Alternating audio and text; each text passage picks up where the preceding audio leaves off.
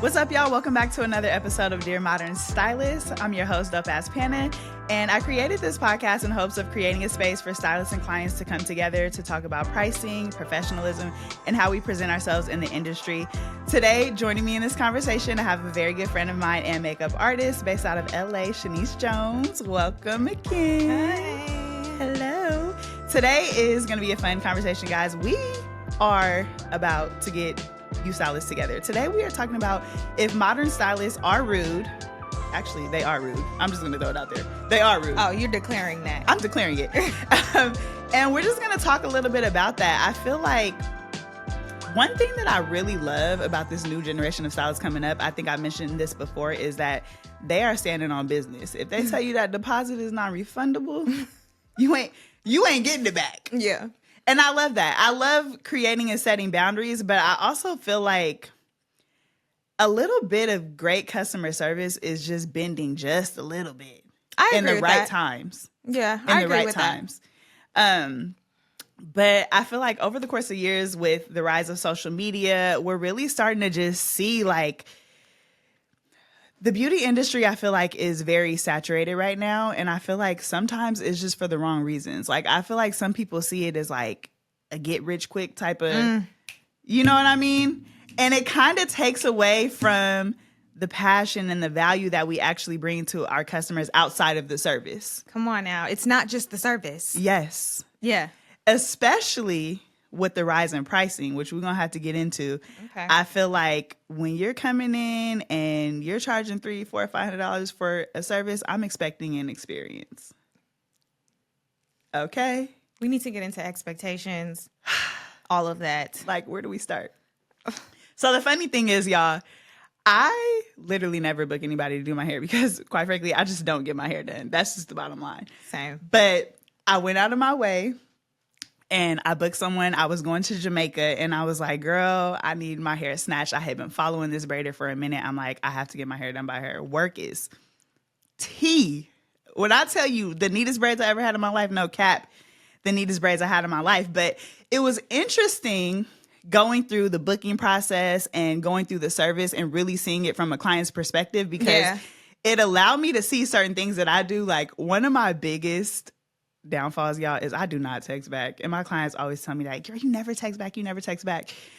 And why when this braider wasn't texting me back, I'm like, damn, do you want the money?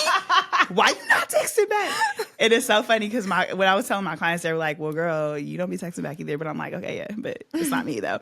But it was so interesting. Okay, so let's talk about the booking process. Let's get into the booking process. There's so much discourse online, like TikTok, story time, hella Risa Tisa stories, like hair edition, stylist edition. Yes. I want to unpack that. And why is it always the stylists who eat down? It's the best of the best. It is. Why is that? So I booked this braider, right? And as I'm telling this story, we can venture off and, get into whatever we need to get into. But I booked this braider. First thing that agitated me is the no DMs, right? Because I had a couple questions. But I booked the braider, got my confirmation. And it was one of those situations where it's like, okay, I'll give you the address the day of your appointment, right? Now, I knew the general area. This braider's in Oakland. I live in Vacaville, which is about an hour away. But I don't know where in Oakland. I just know you in Oakland, right? Booking site says if you're 5 minutes late, appointment is canceled. Ooh. It ain't even a fee. I said, oh. I'm scared of them. When I tell you if the appointment is at 9, baby, I'm there at 8:30 because I knew I couldn't go to Jamaica with the natural hair. I said, once that humidity hits, I'm going to be so back, right? So I book her, and the day before, because I think it said about 24 hours before you get the address. So the day before, I'm looking at my phone like clockwork, like, what's the address? What's the address, right? Because I need to make sure I'm not late. Girl, no address, right? Mind you, I know I live an hour away, right? So I'm like, okay, as long as I get it by the morning, I'm not tripping. Like, I obviously know where Oakland is.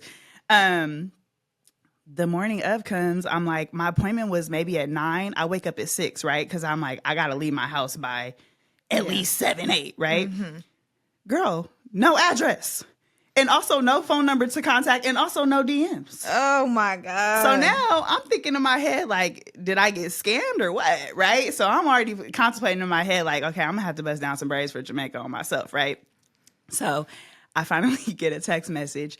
Mind you, my appointment was at 9. I got texted at 8:30. I had already booked it to Richmond. I was in Richmond, sitting in my mom's driveway, like, look, I don't know where I'm going, but I'm gonna be ready, right? Richmond is still about 15, 20 minutes away. So I drive all the way down to Richmond, got the text message for the address, but she was like, oh yeah, I'm running late, like push it an hour and a half back, right? So now I'm just sitting in Richmond in my mama's driveway. Nobody home. I mean, I could go in there, but it's like, dang, I could have got an extra hour of sleep. Not to mention you've been up since 6 o'clock anticipating this. Been up since 6, making sure I'm not for your life. A minute late. You feel me? So I'm like, okay, it's good, whatever. I'm like, it happens. It happens to me, right? But I think my trip was actually the next day, girl. I'm crazy. I shouldn't have did that. But I was already started canceling shit that I had to do for the day because I'm like, she said this was going to take 8 hours. This is going to cut into my evening. Like, I'm making phone calls. I can't do this, can't do this, can't do that. So I drive there. Let me see. Appointment was supposed to start at 9, 10, 10:30 now, right?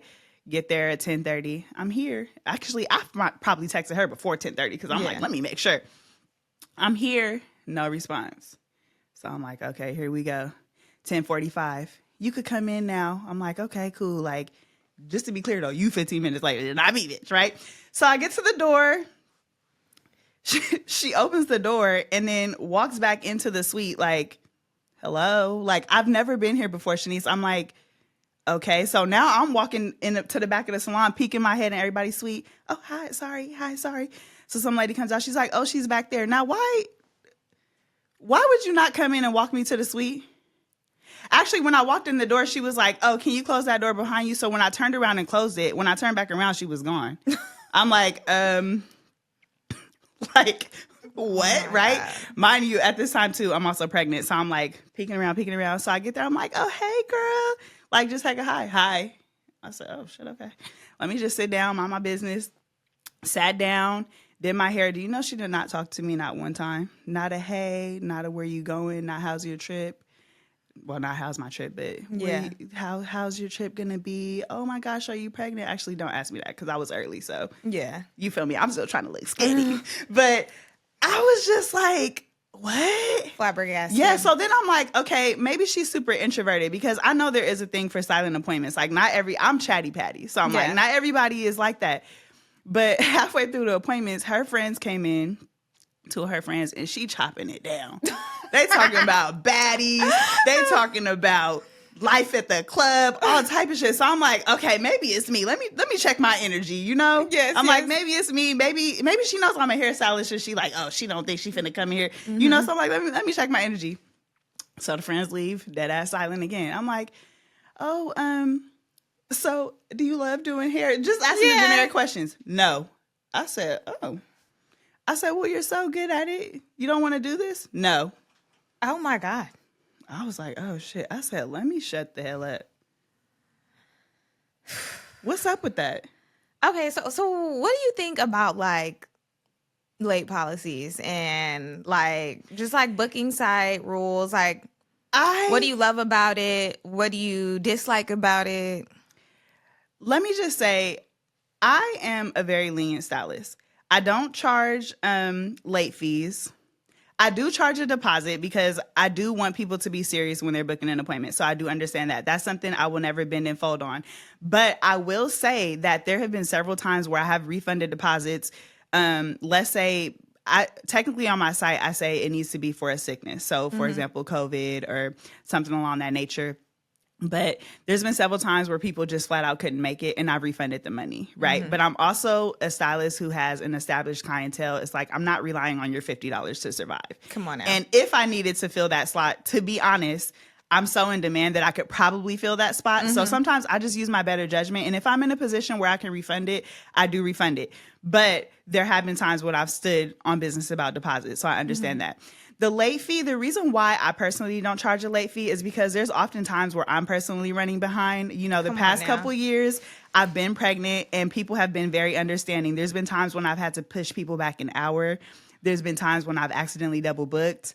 I'm by no means a perfect stylist, so I do understand. Now, if it's someone who is consistently late, consistently showing me that they are disrespectful to my time, then that's different.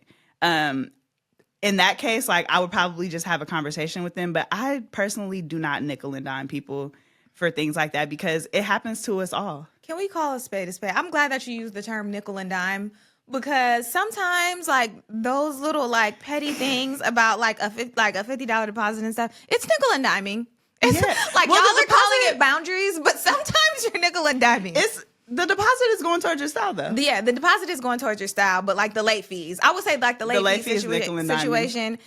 And okay, while I'm not like a salon stylist, like I'm not a stationary artist. Like I don't just work out of one spot. Like I freelance, so like I can be on set one day. I'm traveling here, so just to like preface, because I feel like this is very like specific to salon culture.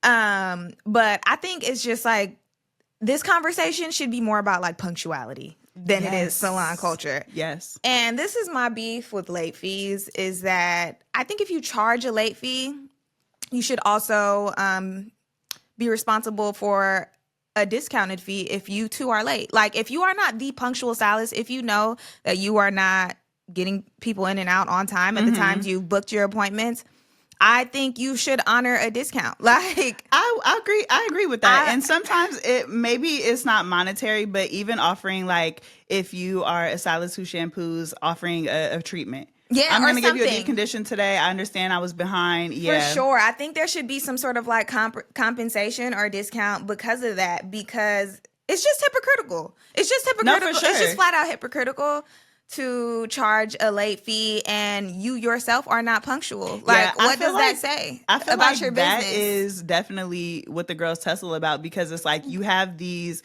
rules and regulations that you yourself don't follow. You do not abide by them. But you nickel and dime me. Yeah, but you do not abide by them. And just to be fair, too, like, people remember how you conduct your business. Yes. Like, while your talent may be up to here and, like, it's out of this world and you're popular, you know, how you conduct your business is a huge part of your service. It's a huge part of their experience with you. Yes. And they take that with them. 100%. I would have to agree with that. Girl, let me talk about something that irritates the hell out of me. I am so tired of clickbait content. I'm sorry, let me get this out. Which is super hypocritical because, y'all, the girls might eat me up for this, but at least when it comes to price baiting in the hair industry, I'm honestly going to say I started that shit. Do you remember back in... What is clickbait content?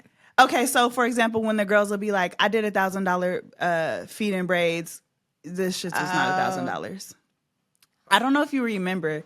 This had to be like maybe 2019. I had posted a TikTok and there were $700 knotless braids and they ate me up. For real? You don't remember that? Yes, no. And I was lying. Yes, I posted a TikTok, y'all. I did one of my really close clients, Trinity, and I did the small knotless on her, and I was like $700 knotless box braids, and the girls on TikTok were in shambles. Oh, wow.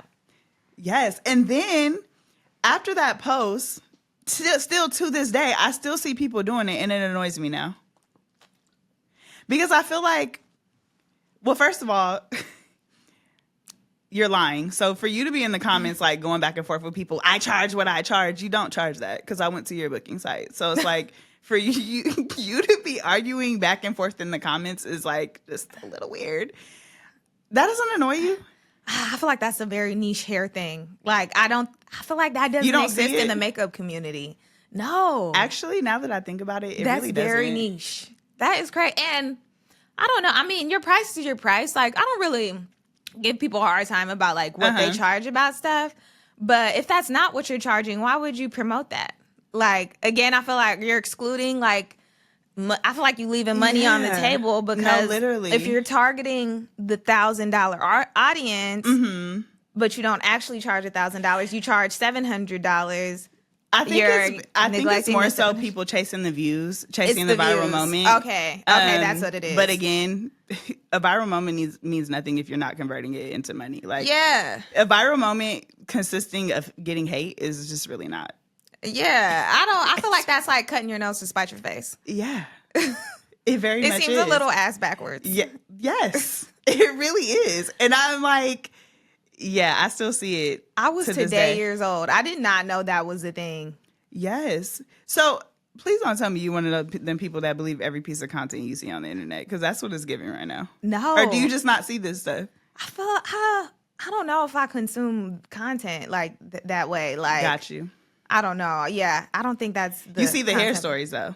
I do see the hair stories. Tea. I do see the hair stories. Oh my gosh.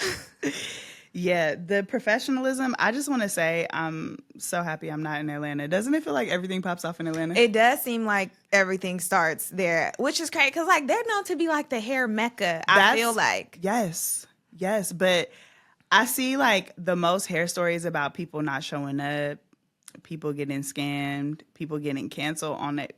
You know what sends me crazy too is like people not making it to their appointment and like the cards being charged, like charging someone. Really? Like, you don't like that? I feel like that's what the deposit is for. Are we speaking like no call, no show, or just the cancellation? Both. Both. Me personally, I don't know. Again, a lot of this stuff is salon culture, so maybe I'm just not in touch. But I think like the deposit is your security. Like that's what it is. Like, you know what I'm saying? Like, yeah, it's not the $300 you thought you were supposed to make, but I feel like that comes with this business. Like, very true. Just to touch on that, there's some things that I personally wouldn't do, but I understand why they're done. And the only reason I'm going to say that is because, for example, for me, I'm a very quick braider, so I can take 3 to 4 clients a day, right? If a client were to cancel on me, and let's say I missed out on that $300, it's no big deal. Yeah. But maybe someone who's not as quick or a beginner braider, let's just say they can only take 1 client a day. Yeah. Let's keep it real. It's not unrealistic for box braids to take 8 hours a day. Some people can only do that. Let's say if that person no calls, no shows, and let's say you're charging $300 for that service and you just get no money for the day, you only get your $50 deposit. I could kind of understand why someone who may not have like a high clientele would charge a card for that. Yeah. Because let's say you're only taking 2 to 3 people a week. I mean, you get 2 to 3 cancellations, then what? You stuck with 150? I do feel that. I do. Oh, God, they're going to say I'm hard on the girlies.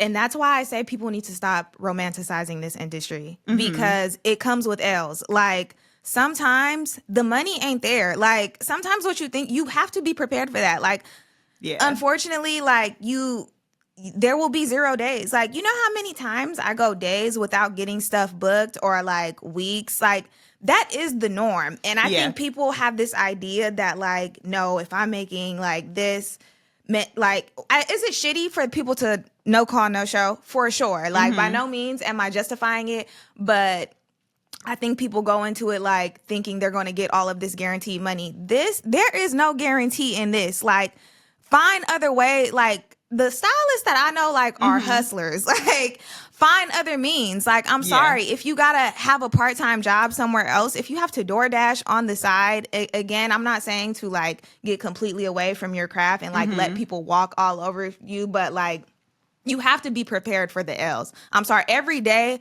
won't be, like, a green. Like, some days you will leave in the red. Some days will not be profitable. Like, you need to learn how to pivot. I don't know. Maybe I'm just old school, but no, I agree to a certain extent. If you want stability, I'm sorry to cut you off. No, you're fine. You're fine. I just want to finish this because I be forgetting. You know, no, you good.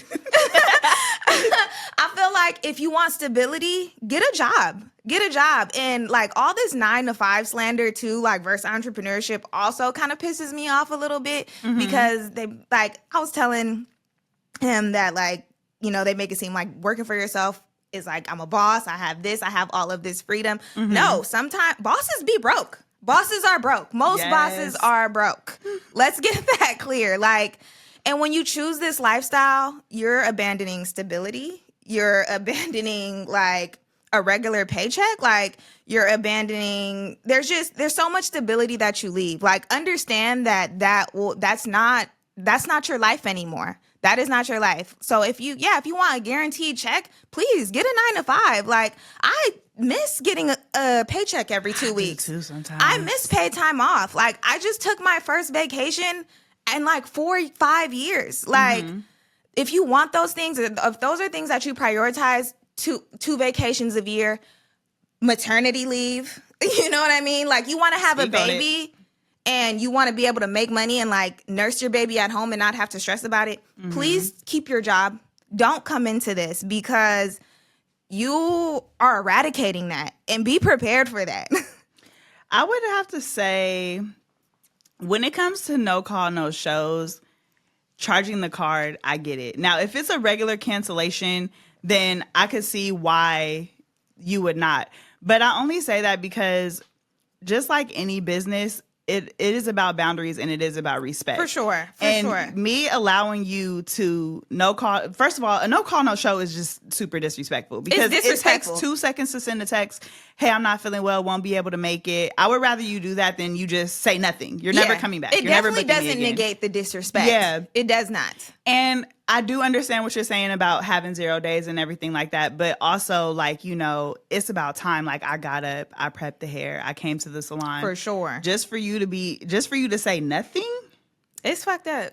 Yeah, no. And it's the same thing with the deposit. Like, I get, like, deposit, you know, we kind of agree on that. I get it with the deposit. You know, it's a small portion and it's for you to lock in your spot. And if you don't come, then whatsoever. But I personally would never charge someone's card just because I feel bad because I didn't provide the service. But again, I am someone with a high clientele. I can see if I was just starting and I needed that 300. Yeah. And it could have went to someone else. That's the point. You know, for some people, that spot could have went to someone else, or I could have been doing something else in that moment. So I do understand the charging, but just charging the full card for any cancellation is... Yeah. And I think the lesson learned is that they cannot book with you again. Like, you're not booking with me ever again. And that's that. Like, some of these things like don't come with money, but it comes with lessons. Yeah. 1000%. Girl. Do you charge deposits? I charge deposits. Yeah, I charge deposits. Okay. Yeah, I charge deposits, and they're credited towards their service. And yeah, if I'm not punctual, like back to like my original point, I've had to discount services, like, because you know, with you, see, that's cool with your job because you say like you can give like a comp wash, or like I'm providing the hair, so like I won't charge you the hair fee or like something like that. But like specifically makeup, yeah, I mean, I've had to do it, and did it fucking suck? Was that client profitable? Yeah, I kind of see what you're saying because it's like, what could you do to elevate? There's nothing. Yeah. There's nothing I can do, and all I can do is just discount the service. But I don't know. I don't feel I don't know. It's more important for me to leave a good taste in my client's mouth. Like, 1000%. Yeah, I wouldn't want them to walk away feeling like they were like taken advantage of or like their time was like, I do respect their time, and I understand that they have options. Like, don't take for granted that they can see whoever they want to. Like, the world does not revolve around us. Yes, it really doesn't. You can get self-centered like that, you know? Oh, 1000%. I feel like 1000%. You get mad when you see your clients go to other people? Yes, I be ready to cry. I'm like, my thing is like, why though? I'm heartbroken, and I didn't understand. You know, like the barber talk, like when you cheat on your barber. I feel like that's like always been a thing amongst men. I'm like, why do dudes be tripping? But now that I'm in the seat, or like, you know, when they get someone who's like more popular or or just more talented, sometimes you know when that person has an edge on you, like, and you're like, God, like I probably won't see them again. Yeah, they probably won't be back. Like, it's a hard pill to swallow. Wait, the humble pie. The bad part about that is like I'm only mad when the person is better, and I know that. Always. When they're not, it's like, yeah, she'll be back. Your hair look a mess. But when it's somebody better, it's like, damn, did she see the flaws in my work? Because you know, as artists, we see our flaws. Like, you could probably do a flawless face of makeup and point out something. Same for me with hair. I could do a flawless set of braids and point out something to you. But it's like, damn, she saw the flaws. Like, yeah. Or they just had access to somebody else. Yeah. Or sometimes it's just location, price. Yeah. And I think another thing too, like, this is the service industry. Like, what we do, we're pouring into people. Like, Yeah. also be prepared to like putting in more than you get back. Like, Yes. sometimes you're filling the cup more than your cup is being filled. And I'm not saying like to normalize this, but I don't know. It's to be, I don't know. We're service providers. Like, our job is to serve. Why do you think there's such a lack of professionalism now? I feel like we had talked about this before a little bit, that social media has really glamorized what we do, you know? Like, people get on there and they're like, oh my God, you're the best. I look up to you. Blase, blase. You don't know. Just like a couple weeks ago, I was literally crying over a hairstyle that I did that a client hated. Like, you didn't see that because I'm only posting the best of the best. But I feel like what we've done in the industry is so glamorized that people are like chasing that moment that they forget all the little things, you know? It's just like, back before, I'm acting like I'm hella old. I was going to say back before social media, girl, it was still MySpace. But back before, like, let's say Instagram, like businesses were popping on Instagram. I just wonder, like, if people just were more passionate or like loved what they did more. Agree. You know what I mean? The passion is missing. I feel like these jobs have turned into hustle culture and like get rich quick schemes. And that's why people are sticking out like sore thumbs, because you can tell who's passionate about something and who is like, this is just my come up. Like, you know where I realized it? Because I've always really genuinely loved doing hair. Yeah. But when I went to cosmetology school, mind you, when I went to cosmetology school, I want to say 27. Most of the girls came into cosmetology right out of high school, right? And I was just like not paying attention, rude to guests who would come in and speak. You could just tell that they really didn't love doing hair. And I'm like, well, why are you here if you like don't love it? They're like, oh, I just didn't want to go to college. Like, yes, it shows up. Even when you hear music, you know the difference between an artist who loves to do that and the person who's just like, you know, maybe, again, it's like they're a plant. You know what I'm saying? Like, no disrespect. There's a difference between an Ice Spice and a Nicki Minaj. Like, you notice the difference in crafts. Like, you know when people are like, this is a job, or like, and this is something like they're passionate about and like they pour into their craft. And it's no knock on people who do that, but just know you will have a different experience. Yeah. Yeah. It's so crazy too, because a lot of new stylists ask me, how do you retain clientele? And I feel like that's probably one of the number one things that people say. They're like, I came to you, you were so professional. Your Instagram looks so professional. Why am I on your Instagram and you're popping it in the club, dropping it like it's hot? I mean, shit, I want to come, but why are your clients seeing that? Oh, so you think people should separate their... Yes, I do. You know, what do you think about mine? Mine isn't separated. But you're not dropping it in the club. You're not Sexy Red on the weekends and Shanice Jones. You know, wait, you want to know what was really crazy to me? So when Arrogant Tay first started coming up, and I would go to his page, and you know how he would have like all the bad, like Instagram baddies twerking? Yeah. I used to be like, why is he doing this? This is not professional. Yeah. But then I started to realize, like, people just want, like, they want to see you. Yeah. So I do definitely get that. But sometimes you don't feel like it's a little too much. I get like that. I'm the wrong person to speak about that, because I get very self-critical and I'm like, oh my God, is that too much? But you can speak on that, because I think you had do a great job of like showing you and like fun and like presenting you and like your entity as like a stylist. What I will explain the balance. So the balance for me is this. You guys know I live stream. I live stream and do hair. During the pandemic, I was popping it. I had this thing, left cheek, right cheek, I'm twerking on live. I'm having a good time. I'm interacting with my fans. With Instagram, I think each platform is different. What I notice is that there are some people who just want to see hair. They don't want to see you at the club. They want to go to your page and see your work, and literally that's it. And I felt like once I kind of separated the two, because I have two Instagrams. I have a personal Instagram and also have a hair Instagram. I started to see my following increase. And I think that's just because some people just want to see hair. They don't want to see you at the club. They don't want to see that. with YouTube, I feel like that's me more connecting with my following, just being myself based off my personality, which those people really love. So yeah, on YouTube, I'm a whole different person. So I just really honestly think that it depends on the platform, but most of my clientele personally comes from Instagram. So I do try to keep it a little more professional over there. So you understand your audience. Yes. Yeah. I think that's the biggest takeaway is you understand your audience through and through and what they're looking for.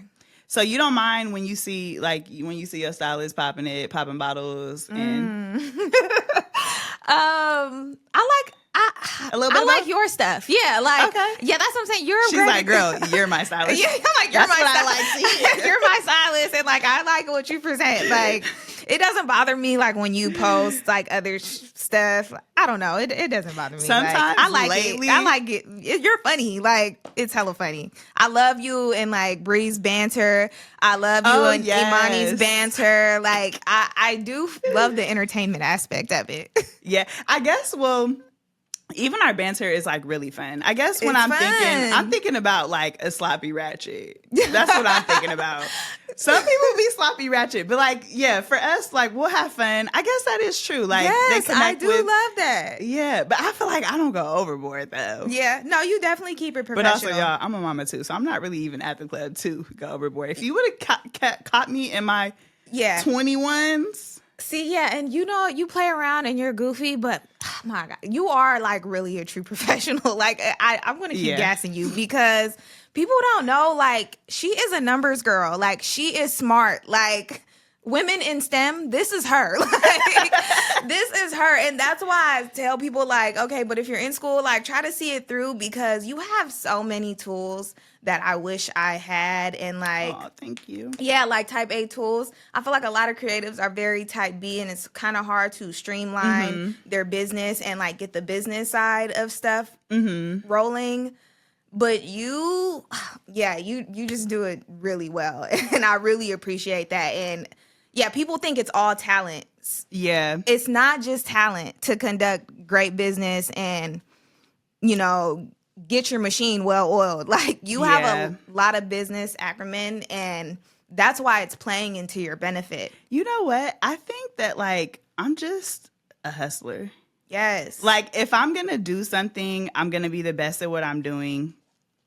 If I have an idea, I'm going to act on it immediately. And I think that's what's kind of set me apart from a lot of people. Yeah. A lot of people ask me, how do I start this? How do I go about doing this? And it's like, you just do it. You just go. You know, I really have like that self-motivation. And I guess I'm kind of smart, y'all. A lot of people don't know, but I was actually an engineering major in college. Come on. And girl, I actually was working for a company and got laid off and was devastated because why was I coworkers with my dad? I was like, oh my God, he's going to think I'm a failure. When I told him I was doing YouTube, because like, I mean, imagine if your kid came to you and she was in the oil industry, literally pursuing engineering and told you she wanted to be a YouTuber. He's like, what's a YouTuber? I'm like, I'm going to post these videos, these tutorials. And my parents are so supportive. So I know he was like, I know in his head, he was like rooting for me, but he was also like, get a job. Right. So I'm like, no, I'm just going to try this, Dad. And I gave myself a year. I was like, you know what? I'm going to go hard for a year, you know? And really, honestly, I was going hard to prove to my parents that, like, I'm not a dumb bitch. Like, you know, because they're like, we didn't pay for the university, y'all. I was at a private school. And I just went hard. Yeah.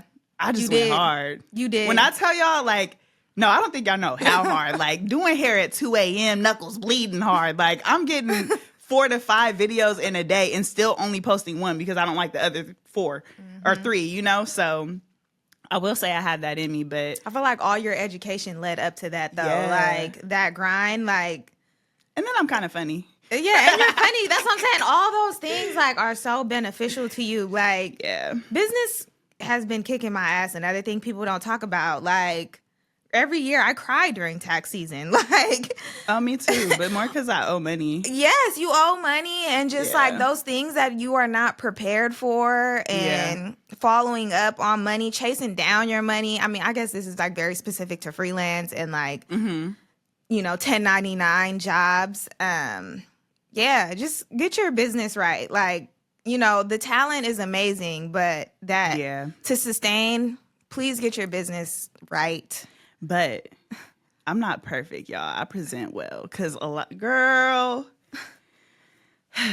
I make the same mistakes everybody else makes. I feel like entrepreneur is like a learning experience. Every day you're learning something new. Every year you're learning something new.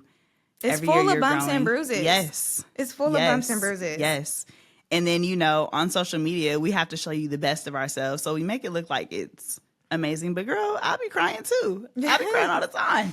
I cry all the time, But yeah. Do you have someone to help you with that? Like the business, like the numbers and stuff? I mean, like I said, you're very like much a numbers girl and you're good at that already, but have you had to outsource and get like an accountant or something? You know what? My dad is very financially literate, extremely smart. He's a numbers guy. So really, honestly, when I have questions, I go to him. Mm-hmm. But also, I hate going to him because he's a lecturer. It's like... it's going to come. Girl, with a 30-minute lecture. The first day taxes are due.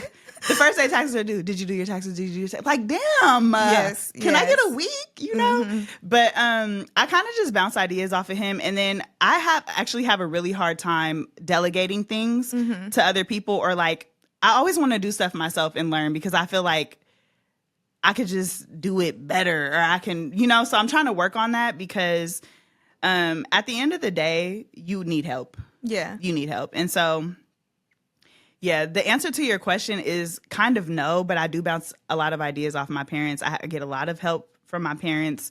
So yeah, there's that. But a lot of it I just learn as I go. Yes. Literally. Social media, everything. I just learn as I go. And sometimes I just try shit. Sometimes it works and sometimes it doesn't. Yeah. Yeah, but... Have you ever had, like, you're into, like, products, selling merch, product development and stuff. Have you ever lost money investing in certain products or trying to create certain products? Yes. I realized, this is the problem. A lot of people don't even know I have a product line, the Dove Collection. Braiding hair, edge control, a mousse. I tried to get a braid gel, but it didn't go. Edge bands, a whole product line. Number one, I realized I'm just not a good seller. For some reason, I feel bad trying to sell a product to people.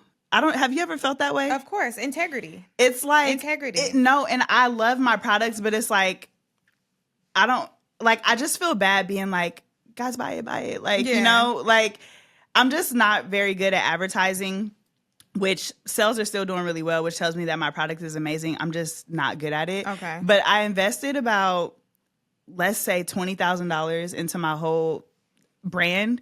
The braiding hair, I literally have hella boxes just sitting in my garage because I'm too lazy to go to a beauty supply store and pitch it because I'm nervous, because I'm scared that they're going to tell me no for whatever reason. And also, like, I just didn't do research. I kind of just was watching what other people were doing, was like, hey, I should be doing that. So I kind of invested in things prematurely before I really figured out what I needed to do. You know what I mean? Yeah, for sure. So I will say I lost money in that sense because I just have inventory that I'm sitting on. But I wouldn't say, like, I've lost anything too crazy. Okay. Yeah. Wow. No. Why? What made you ask that? Are you thinking about starting something? I mean, yeah, I think about it. Like, this job, like, is laborious. You know what I'm saying? At some point, you are trying to find ways to step back. Or just, like, not have to work as hard and, like, be on your feet and find ways to, like, have your money make money for you. And I don't have that. Like, my dad is nothing like yours. Like, you know what I'm saying? I don't have a parent who can, like, provide me with, like, the financial literacy. My parents can do what they can, but unfortunately, like, they just that's not their thing, you know? And, so I think about that, like, my future. I'm like, I can't do this forever. Like, you know what I mean? And I do want artists and stylists to consider, like, the long haul and, especially us as women, like, we want to start families. Like, you got to sit down when you have a baby for a little bit. Like, no, for sure. I think about those kind of things, and when it comes to financial literacy, you can always invest in books, like read books. True. I've started kind of trying to do that a little bit more, just because sometimes my parents tell me things, but I want to understand it a little bit more. Want to self-educate. Yeah. Or I've had people like sell me certain things and I'm like, oh yeah, I have this like account, but girl, I can't tell you what it's doing. I just know I'm paying into it, you know? Yes. So, books, podcast. Yes. Okay. I mean, these are just ways like you got to do the work. If you want to learn and you know, you're not getting it from somewhere else, you got to do the work. But me, I'm a just learn as I go. Sometimes I like to dive in and learn as I go. So, yeah. Thank you. I'm so happy you're sharing this with the people. Yes, girl. They need to know. You have such good insight. Do I? Yes. Yes. That's super dope, y'all. Girl, I knew this was going to be a key all over the place. I know. I feel like there's still even more stuff that we haven't even talked about, but you know, we covered some ground. I know. Sure. I'm going to have you back because I just feel like sometimes, y'all, when I'm in a mood or I need to talk about something, I call Shanice. I'm like, girl, let me bounce this off of you. Yeah. Or perspective. Yes. We do the same thing. Yes. So I'll definitely have to have you back for another episode. Thank you for having me. Yes, you're just had a ball. Yes. Guys, make sure you guys join the conversation. Make sure you guys follow me on Instagram at Dear Modern Stylist. Also on my YouTube channel at Dope Ass Panda. If you guys check my community tab, I'll often post the topics that I'm going to be talking about in my next podcast episode. You guys can leave your comments, share your experiences with me if you guys want to see them featured on the podcast. Also, since we're talking about promoting, right, I have merch. Plug it. Dear Modern Stylist, the podcast. Make sure you guys check the link in the description section and you guys can get your merch. Yes. And let me know if you guys want Shanice back. I love her. Make sure you guys hype her up in the comment section down below and follow her on Instagram at Shanice Jones. Thank you guys so much for watching. Don't forget to like, comment, subscribe, and we'll see you guys in the next episode.